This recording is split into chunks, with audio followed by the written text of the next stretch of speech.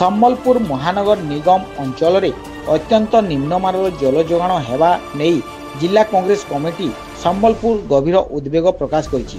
ସହରର ବିଭିନ୍ନ ପଡ଼ାରେ ପାନୀୟ ଜଳ ଯୋଗାଣର ବିକଳ ଚିତ୍ର ପଦାକୁ ଆସିଛି। ଲୋକେ ବାରମ୍ବାର ଦାବି କରି ରାସ୍ତାରୋକ କଲେ ମଧ୍ୟ ଜନସ୍ୱାସ୍ଥ୍ୟ ବିଭାଗ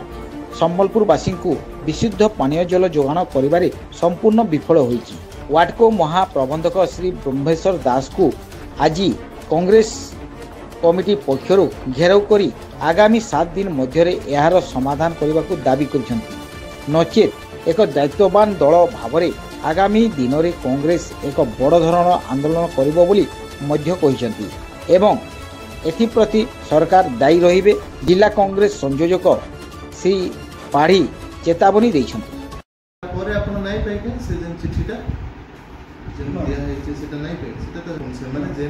सैंपल कलेक्ट करते इवेन आम कलेक्टर सर भी कहते सीडीएम सर भी से दिन कहले से raw water sample raw water तो सब बाहर बाहर हाँ कारण रॉटा प्यूरीफाई हेल्ले तो जाइए दिया से एडमिट भी कले चिठी भी देते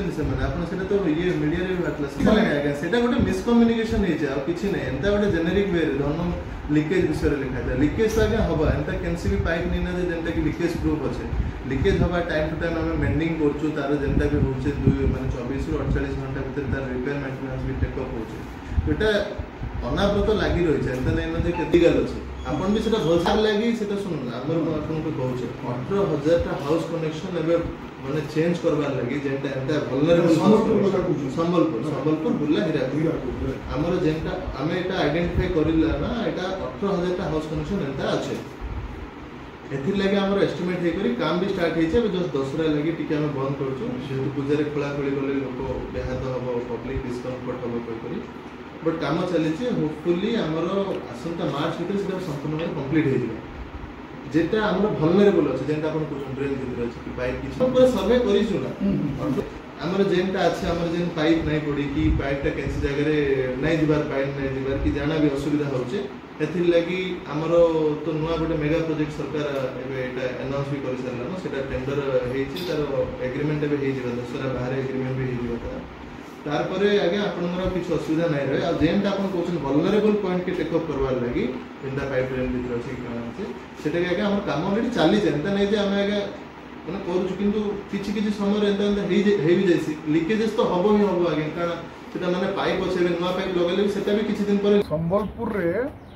विभिन्न अंचल जेन पीवा पानीटा पीवा उपयोगी नुहे बोली जो विभिन्न पत्र पत्रिका बाहरला जनसाधारण भी कम्प्लेन कले ता बाबद में कही आसलु ये जदि पानी सप्लाय हम ताले 2014 भली परिस्थिति उपजीव जंडिस हेबार बहुत चांस अच्छे लोकन को स्वास्थ्यकर पानी पीवा उपयोगी पानी देवा लगी आम दाबी पत्र देलु और समय देचु 7 दिन देलु अति कम मासे भितर संबलपुर बुर्ला हीराकुद जो पुराना पाइपलाइन अच्छी बदलवा सहित विशोधित भल पीवा पानी देवा लगी दाबी देचु से पक्ष रखिले सरकार को देचु प्रस्ताव आटा भूल बसत यहाँ पानी ही नथला जो पीवा पानी बाबद रॉ वाटर को टेस्ट करके रिपोर्टा देते से कहते कि आम कहलु कि असुविधा जमी हेनी लोक संबलपुर सहर एवं हीराकुद बुर्लार जनसाधारण केमती पीवा योग्य पानी पाइबे तार व्यवस्था करने आम कहीचु